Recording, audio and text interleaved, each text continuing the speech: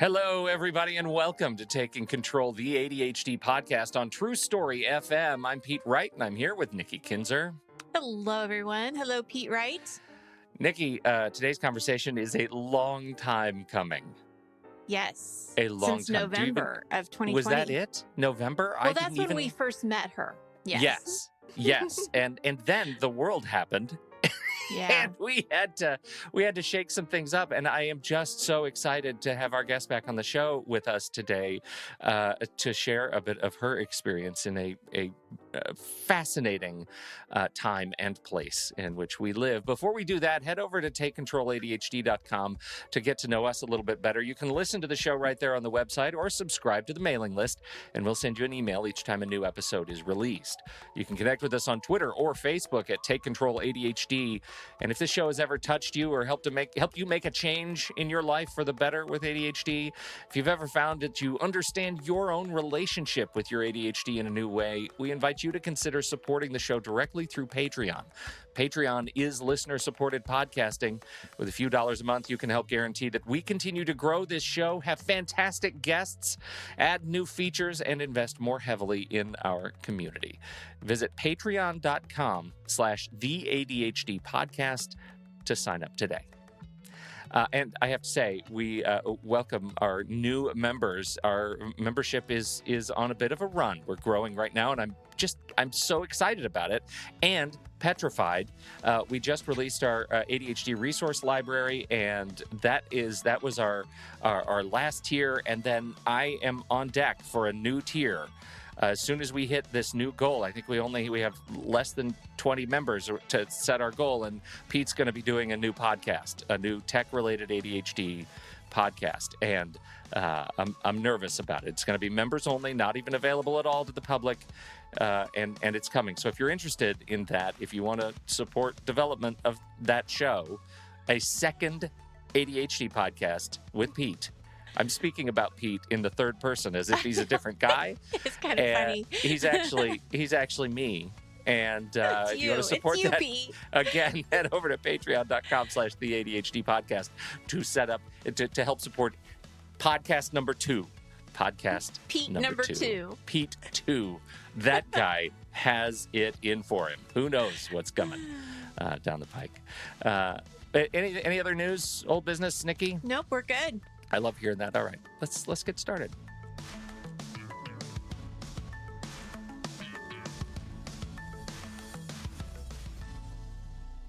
We met Sonal Singh as she was managing the virtual green room.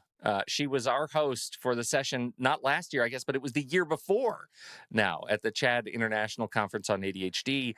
Our paths, weirdly, had never crossed, yet we started chatting and realized just how fascinating her experience in the ADHD global community is. She is India's first certified ADHD coach.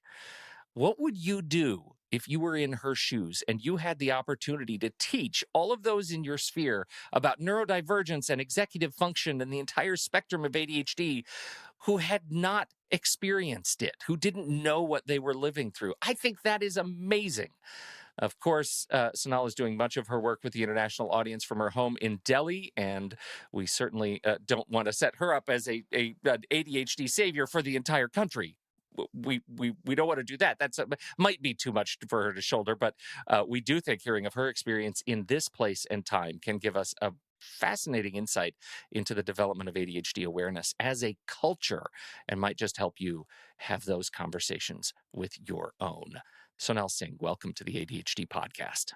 Thank you so much, Nikki, Pete. I'm so excited to be here. You're right. This has been a long time coming, and I'm glad that finally we worked it out. So, yeah. Absolutely. Well, I have a question for you right off the bat, because I am looking at your bio and I am seeing that you went to a lot of different universities. You have a lot of different degrees. What is your past experience and what led you up to being an ADHD coach? Yeah. So I started off with studying business and finance, and that was my life's goal, to be in finance, because that's what I loved. And that I did that in the US and came back to India and did business journalism, did consulting, went back to Thunderbird for my master's degree, and then came back to India again and decided Mm-hmm. to help my parents set up a nonprofit here. So I've been running this nonprofit called Maitri India for the last 15 years. And as I was on this journey in my nonprofit, where we work to help people who are very vulnerable and marginalized, I also, of course, started my own family and started working a lot also with children who come from underserved communities. And what I found was that I had a child who, of course, has been affected by ADHD, who has ADHD. And there are lots of children that we were working with that also struggled to pay attention, that also struggled to have a lot of response inhibition, so to speak. So, their ability to control their impulses. Um, and there were a lot of learning disabilities that these kids were struggling with that was not getting supported in their environment. And this led me on the path to actually become an educational therapist, to learn what are learning disabilities, to start helping children with those differences, and also understand ADHD primarily because of my son. I was looking for an executive function coach here in India, and to my surprise, there was nobody. There was nobody. You could find a lot of people Mm-hmm. in the therapeutic space, which is great, Mm-hmm. but nobody who would coach a child or an adult for executive function skills, for emotional regulation skills, for social skills. And these are so core for children who are neurodiverse, for adults who are neurodiverse, right? So that's what brought me on this path that I felt I had to Yeah. help my son, I had to help these kids, I had to work with them. And yeah, I started training. I find that fascinating. You say you started training. You were in Delhi when you decided that you wanted to become an ADHD coach. How so? How how does one do that when the country's, I imagine the country's infrastructure around supporting ADHD coaching is non-existent? Absolutely not there. There is nothing that supports you here. So I actually started looking for all these international programs for ADHD coaching. So first of all, that was my first step. And I came across a couple of different programs, and of course there's ADCA. And Mm-hmm. when I started looking at what time I could do these programs, could I do it online? Did I have to be present in the US? Just figuring out those logistics. So there was the first class that I was signing up for was like at 12:30 a.m. in the morning till 2:30 in the morning. Ouch. And Ugh. yeah, so it was crazy, like just the schedule and the routine. But finally we discovered, like, we figured out a much better time. And yeah, I spent a year and a half just being on classes, these live online classes for a year and a half, and it was fantastic, so fabulous.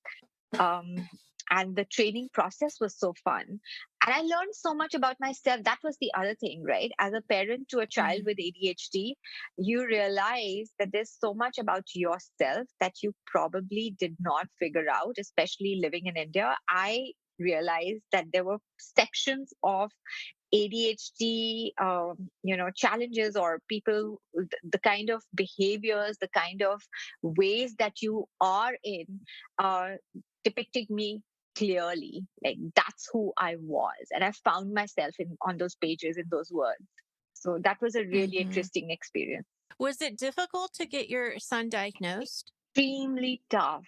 And the Mm-hmm. reasons for that are varied because when he was younger, um, we were not really, we could not find anybody who really wanted to give him a diagnosis.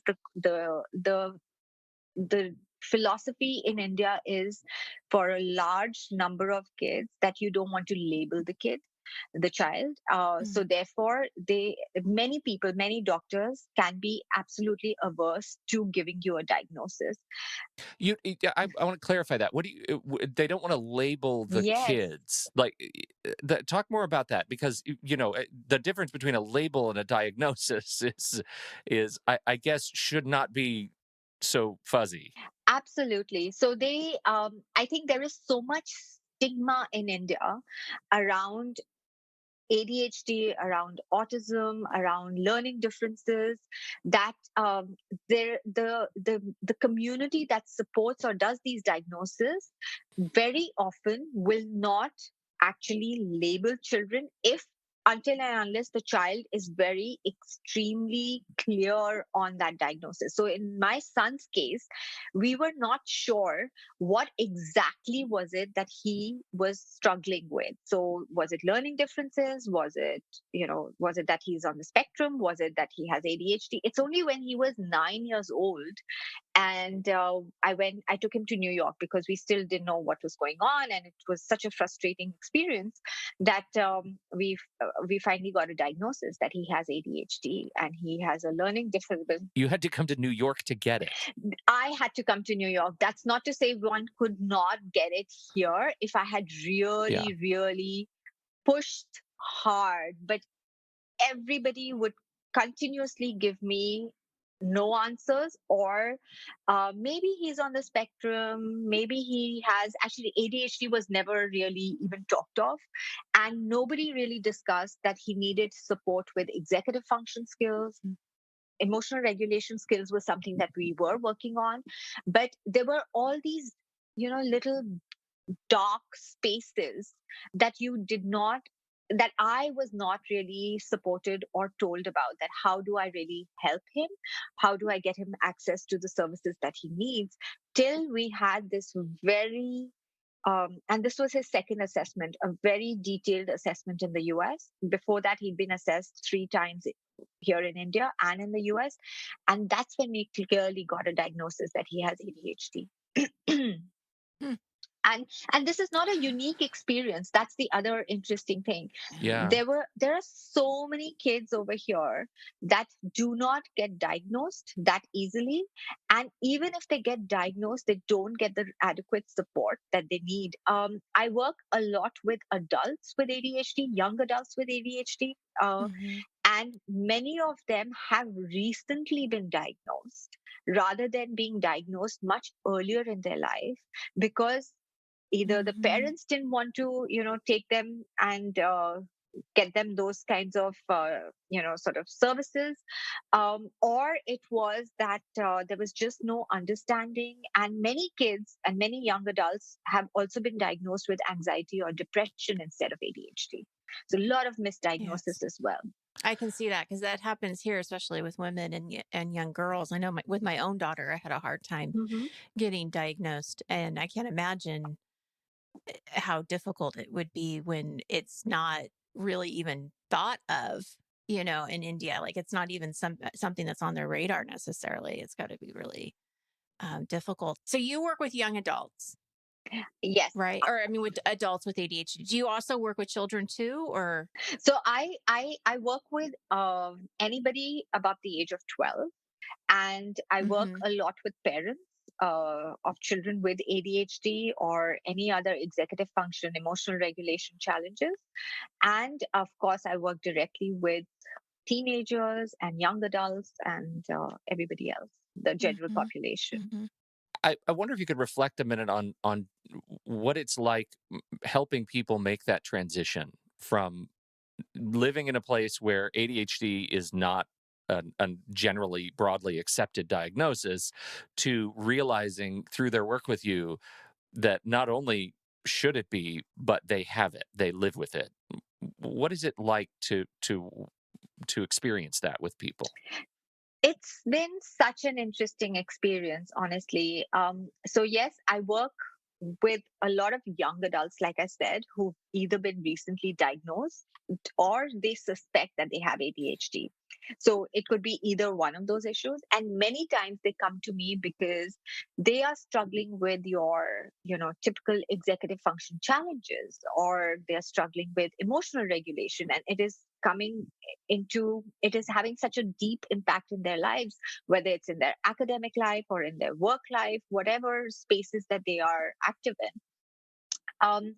So when we start working together, the first thing that we do is really start understanding what they are experiencing as a person with ADHD, and how it is actually a valid experience. It's not something that is made up. It is not something that needs to be judged or criticized by not only others, but even by themselves, because they are so conditioned to feeling less than, that this is just a made up story, that I am actually this lazy person, or I'm this person who procrastinates, all the time, just because I don't understand what to do, or, whatever other sort of conditioning or other criticism that they've heard. Right. So this is where Mhm. it really comes from, that the first step is just that validation that what you are experiencing is real, and that in itself is transformational. Yeah, I have to imagine. I have to imagine that grand awakening is extraordinary, right? That they realize here's who I am, but this is why I feel different in my community. Well, and I know that even here, a lot of people don't understand coaching. Like they don't understand what it is, what's the difference between coaching and therapy, or they've never heard of ADHD coaching until kind of come across it or something, Hmm. a podcast like ours, Yeah, Pete. right. Uh, so I'm curious, do you find that too, where people are like, I don't really know what you do, but I'm curious, so I want to know more about it? Definitely, yes. All the time. So the other thing is, in India, again, there's a lot of emphasis placed on being from the medical space. So, for example, when people seek support, they generally would rather go to a psychologist or a psychiatrist. And just the idea of coming to a coach who doesn't have the medical degree behind them is something that is very uncomfortable for many people. That is the first step. The second issue is that people don't really understand what is ADHD coaching, or what is executive function coaching, or emotional regulation coaching, or social skills for that matter, right? So there's a lot of education that really goes into it. When I do my first calls with people, when I go for webinars and I have these conversations with parents, right? So there's a lot of education that really takes place on what does coaching do, and how does coaching support you in ways that are actually sustainable, and something that you apply, and how is it actually different from just receiving therapeutic support, right? So that is the distinction that we make a lot of times in our first call. And people really are confused as to, why have I never heard of ADHD coaching before? Yeah, right. It's like this thing that doesn't exist, and if they will typically look for people outside of India if they've ever heard of ADHD coaching, never in India, because it just doesn't exist. How do you sometimes you're working with somebody and they really need therapeutic support, right? They might need a stimulant. They might need to work with somebody to get a prescription. How does that work for you in a community where a medical community that is so reluctant to give a diagnosis in the first place? Do you interface with the community to help educate and say it's okay to prescribe a stimulant? Can they get stimulants if they need them? Yeah.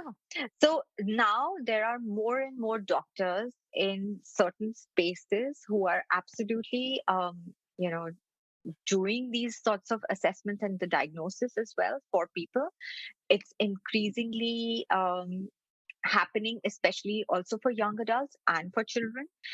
There is Hmm. still a lot of stigma in the general community about medicating a child for ADHD, because there is this whole perception, my child's going to become a zombie, my child is going to get to be, really low on energy. So there are all these misconceptions on how medication really works. And that is what I do through my talks. And I know that there are, so I have now started working a lot with doctors as well. And I know that this is the process that many of them also follow, to talk to their clients or their patients about how medication actually works, the experimentation with different doses, the experimentation with different salts, because that understanding is absolutely lacking. That said, Mm. there is still a large number of doctors and a large number of patients who are present. The doctors are not diagnosing these patients in the way that they need to be diagnosed, or not prescribing the medication in the way that they need to be medicated, which is to say that they might give them one stimulant and that's it. And if that stimulant isn't working for the patient is at a loss, because they don't really know that they can go back and change the dose or change the salt, or try a different strategy around it. So that education is not Hmm. present. I can see that being a major disadvantage because it does take time to figure out what kind of medication works for you, and how discouraging to think, oh, well, this didn't work and that's all I have. Hmm.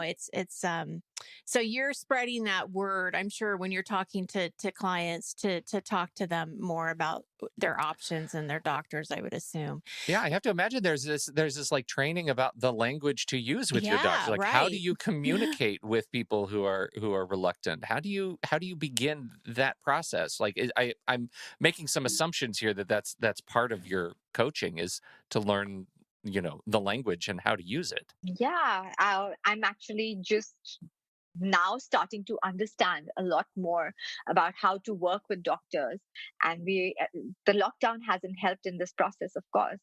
No. But yeah, we have initiated that process and that conversation. So in fact, I'm working with Ada and some of the other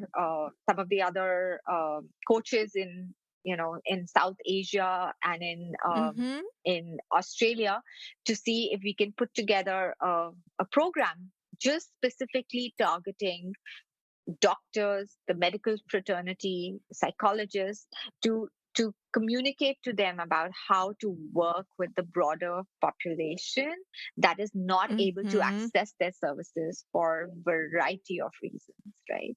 I think it's important to understand how you're seeing perception change, both at the micro level, the people that you are working with directly in India, and are you seeing it? Are you seeing those perceptions change? What kind of impact do you find that you're making? And I say you very broadly, like you and Ada and the experience that you're having, doing this Yeah, and work. the other coaches you're connecting with too, for Yeah. sure. Hmm. Yeah. So, like I said, in India, there aren't actually that many coaches, right? As in, like, there is nobody as yet. There's only me. But There aren't people, very many, as in one. as in one. But here's the good Yeah. thing: there are lots of people who are actually able to access coaches outside of India, right? So people are getting Hmm. aware that there is something like this that exists that can support them. That is a great step forward, honestly, because you want people to go out there and seek help, right? um Hmm. the kind of impact that I see, or the kind of difference that I see in the time that I've started working in this space, is that there are more and more people who are willing to take that step. There are more and more young adults, especially, who own the fact that they have ADHD. They are not shy of it. And they're so curious about how they can help themselves to actually manage the challenges, or the different, or understand their ADHD for that matter a lot better, to understand how do they hone, their strengths, and how do they actually work on the different challenges that they have, and move further in whatever vision of life that they want. And that has been really great, because I don't think this is something that I saw when I first started working in this space, where people were very reluctant to talk about their ADHD.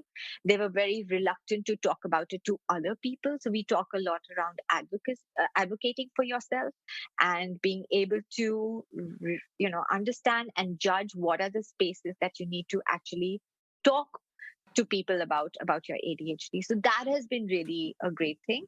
And The other thing that I've really enjoyed, and this is coming from a coaching session I just had today, in fact, and it's just a reflection of the last few years, or the last couple of years, especially. This young adult that I was working with, or I have been working with, has been so delighted to have understood how her ADHD shows up in herself, what is the kind of strategies, survival strategies that she's had over the years, and how some of those survival strategies are not working. And she needs to have a new way of rewiring her brain, a new way of developing her toolkit, and that's what's going to take her further. And that self realization and that self awareness is what has been so amazing. And this is what I see with all the different young adults that I work with, the teenagers that I work with, which was not the case earlier. It was very much, I have ADHD, there's not, what can I do? Like, it was almost a crutch, or it was this resignation that I have to live like this, living in this state of not being able to do the things that I have to do, or not making other people happy. So just a whole lot of like self-doubt and lower self-worth because of the fact that they just weren't Mhm. feeling validated. It's gratifying at some level as somebody living with ADHD that everything that you're talking about is it could I could use those same words, right? That's here you are in India working with Indian and international clientele, and all of the everything you're talking about is these are like universal concepts for me. Like that's you're speaking right in my backyard. How though does culture impact coaching when dealing with an international clientele? How do you handle that? That's a great question. So, like you said, there are so many similarities, right? The human experience as such is absolutely universal. Yeah. So that is a big thing, that when I'm working with international clients, we are connecting at that level.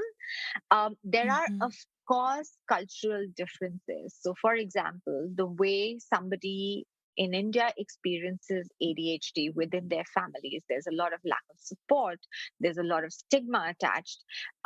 Somebody who is in the international world out there may experience that same invalidation a little bit differently, not in the same way as somebody feels it here in India. So that understanding, sometimes I really have to be able to open my mind up to and be able to see with a different lens. So therefore, I actually spend a lot of time, and not just reading, but I have also lived in the United States. I have lived and Mhm. moved, traveled across the world. So there is this understanding of how people experience life in other cultures and communities. Um, and that has been a helpful experience too. But yeah, definitely Mhm. it requires me to shift my lens and to have a much more sort of an open mind to the fact that yes, this possibility can exist. So for example, ideas around gender, or sexuality, these are things that not everybody talks about very openly here in India, but people outside of India might actually really grapple with these issues as a part of their identity as a person with ADHD, and how do you actually support them through that time. Added to that, like I know it's pretty easy here when you see you see somebody struggling with ADHD and they are dealing with fractured attention, and I need to go get some help with ADHD, right? I just the bar of knowing when to go get help is lower, because we have a culture of acceptance here, that has grown over decades, that makes it easier. My what I am thinking is the weight of of sort of crisis that I might have to be dealing with in a culture where no one is talking about ADHD. I have to deal with all of those unconscious stresses and cultural issues of cultural bias against ADHD before I'd be willing to even pick my head up and ask for help, ask for what is this that I'm dealing with. I imagine that there is sort of latent trauma around it that people Yeah. don't know how to talk about. Such absolutely yes. So many people I work with, and I think of myself as well, right? The fact that you have gone through life or are going through life where there is just a complete, not just a non-acceptance of ADHD, but at some level also thinking that you are creating this, whole persona of someone who is different, and honestly, like you don't fit that prototype or that way that you would imagine someone to have ADHD. And really it's not such a big deal. I struggle with those challenges too. So what makes you special, right? Why Hmm. is it such a challenge for you? uh, so that stigma is so strong because there is a complete non acceptance of somebody's diagnosis, and forget the diagnosis, even that's a bigger word. Just the fact that this is who they are, that they struggle with certain ways of being, they need that novelty, or they need to, for example, get up in the morning, and they need a certain structure and certain support to help them live their life a certain way, to for them to be successful. That and the perception is that's just unnecessary. This person is seeking attention, or this person is incompetent, right? So you're dealing with this burden. It's a massive shame, and the burden is constant. It is from your family, it is from your siblings, it is from your, the faculty in your school or in your college, it is from the peers that you have, it is in your work environment, because there's always that, yeah, this person just keeps making a big deal about something that we all struggle with, little realizing that no, he or she has a different intensity, it's a different wiring. So yeah, there's a lot Hmm. of I guess the word I'm looking for is uh, like, again, I'm going back to invalidation, but not really seeing the person for who they are. It shows, your clientele how brave and courageous they are to ask for help and Hmm. to say, I want to understand this. I want you to help me see this in a different lens. And what a blessing, really to have you. And I hope that more people in India will become coaches that you can have colleagues with, and, and be able to help more people. Because I can imagine there's a lot more people that need help that just you can help, Oh, you yes. know. Yeah, what are you finding in terms of like the demand for other people to become coaches? As of now, interestingly, and maybe it's a factor of, the fact that we are in lockdown, I've not had that Yeah. many people who've asked me about how can they become a coach.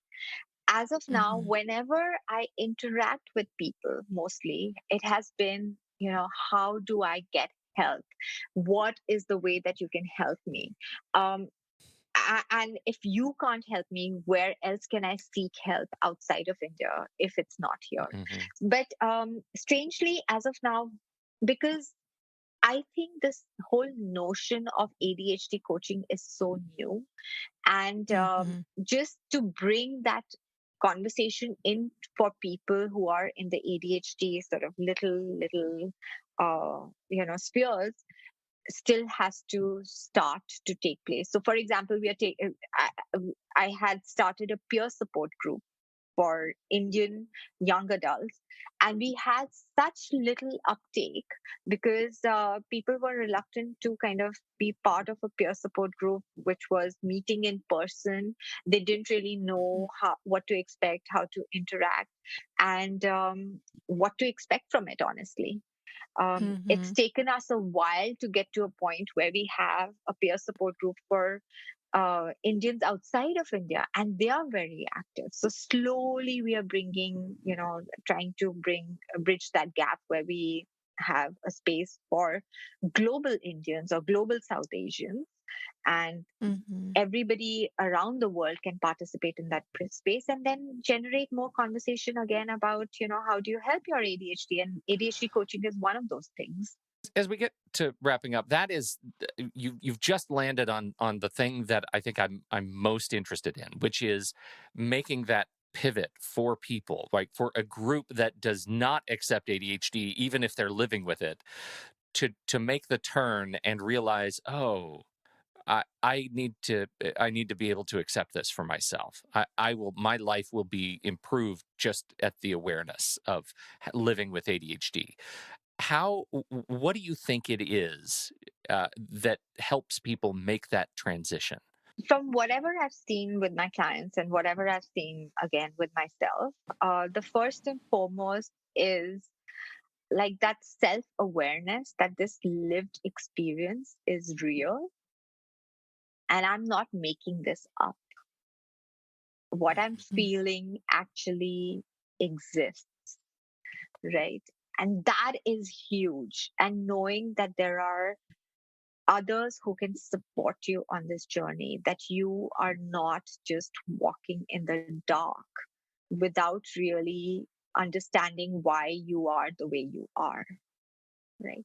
So that I think has been my what I glean from this, what I take away from that.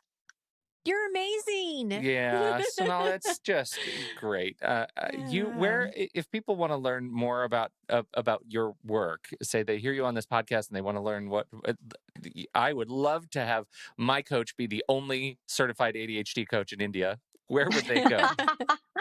Yeah, so you can find me on www.sonalsinghcoaching.com. That's Sonal Singh, SONALSINGH, sonalsinghcoaching.com. And then on Facebook, I'm on Exceptional Minds, and on Instagram, I'm on ADHD Life Coaching. Excellent. Great. We'll put all those in the show notes for folks. Yeah. Thank you so much. Yeah, it's just really great to have you here. Any last words? What would you the first? It's very early here, so for folks who are watching the live stream, what would you leave them with? Give us a final message. I guess what I would leave you with is the fact that everybody in the US, especially, and in many parts around the world, are already walking far ahead than we are in India on this journey of understanding ADHD. And so much of what you do actually helps, show us the path of where we can go and how we can support each other here in India and really learn about living with ADHD in a way that is actually very fulfilling, that is meaningful, right? Because that is one of the experiences that many of us really don't know exists. So thank you for sharing Mm-hmm. those stories, and yeah, just being really authentic about your ADHD. That is so helpful because that's who you are, that's who I am, and living that life with authenticity is really helpful because that's what I can look forward to. Oh, That's lovely. That is a yes, it is. great message. Sonal, thank you so much. And thank you, everybody, for downloading and listening to this show. We appreciate your time and attention. Don't forget, if you have something to contribute about the conversation, we're heading over to the Show Talk channel and our Discord server. You can join us right there by becoming a supporting member at the deluxe level. On behalf of Nikki Kinzer and Sonal Singh, I'm Pete Wright. We'll see you next week right here on Taking Control, the ADHD podcast.